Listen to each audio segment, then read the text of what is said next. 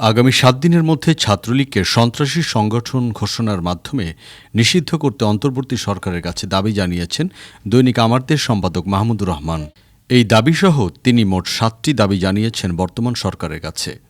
গত ৬ অক্টোবর জাতীয় প্রেসক্লাব প্রাঙ্গণে সাংবাদিকদের সঙ্গে মতবিনিময় সভায় তিনি এ দাবি তুলে ধরেন।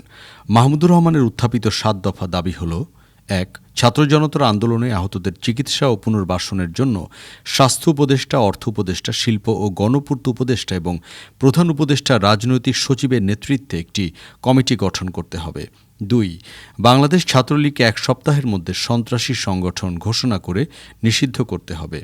৩. যমুনা সেতুকে শহীদ আবু সাইদের নামে নামকরণ করতে হবে, যাতে মানুষ সেখান দিয়ে পার হয়ে যাওয়ার সময় শতাব্দীর পর শতাব্দী আবু সাইদকে দেখতে পায়। ৪.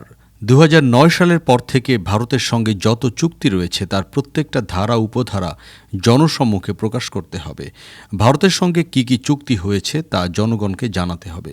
এগুলো পুনর্বিবেচনার জন্য একটি কমিটি গঠন করতে হবে, যেখানে ভারতের ও ফ্যাসিবাদের দোসর থাকতে পারবে না।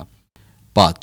বঙ্গবন্ধু এভিনিউকে শহীদ আবরারের নামে নামকরণ করতে হবে, কারণ শহীদ আবরার এই ফ্যাসিবাদ আন্দোলনের প্রথম শহীদ। মনে রাখতে হবে, শেখ মুজিব বাংলাদেশের প্রথম স্বৈরাচার নেতা, আর শেখ হাসিনার ফ্যাসিবাদের আইকন হচ্ছে শেখ মুজিব। ৬.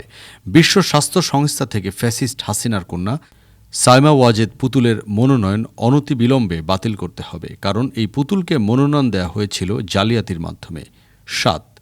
এবং আপিল বিভাগের একজন বিচারপতির নেতৃত্বে একটি বিচার বিভাগীয় তদন্ত কমিটি গঠন করে কারাগারে ব্রিগেডিয়ার জেনারেল আব্দুর রহিম এবং বিএনপি নেতা নাসির উদ্দিন পিন্টুর হত্যাকাণ্ডের তদন্ত করতে হবে।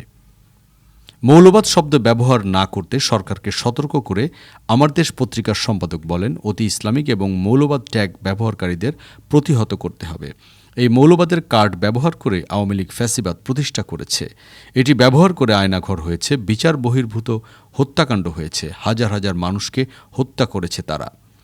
জনসাধারণের উদ্দেশ্যে তিনি বলেন, অতি ইসলামিক হবেন না। ফ্যাসিবাদের সময় আপনারা কিছুই করতে পারেননি, এখন স্বাধীনতা পেয়ে বাড়াবাড়ি করবেন না। এর কারণে দেশের ভাবমূর্তি নষ্ট হবে। যারা বাড়াবাড়ি করছেন আস্তিক আর নাস্তিক হিন্দু ধর্ম নিয়ে, এতে ভারতীয় যে কৌশল তা আপনারা বাস্তবায়ন করবেন। ডেস্ক রিপোর্ট, আজ বার্তা, ঢাকা।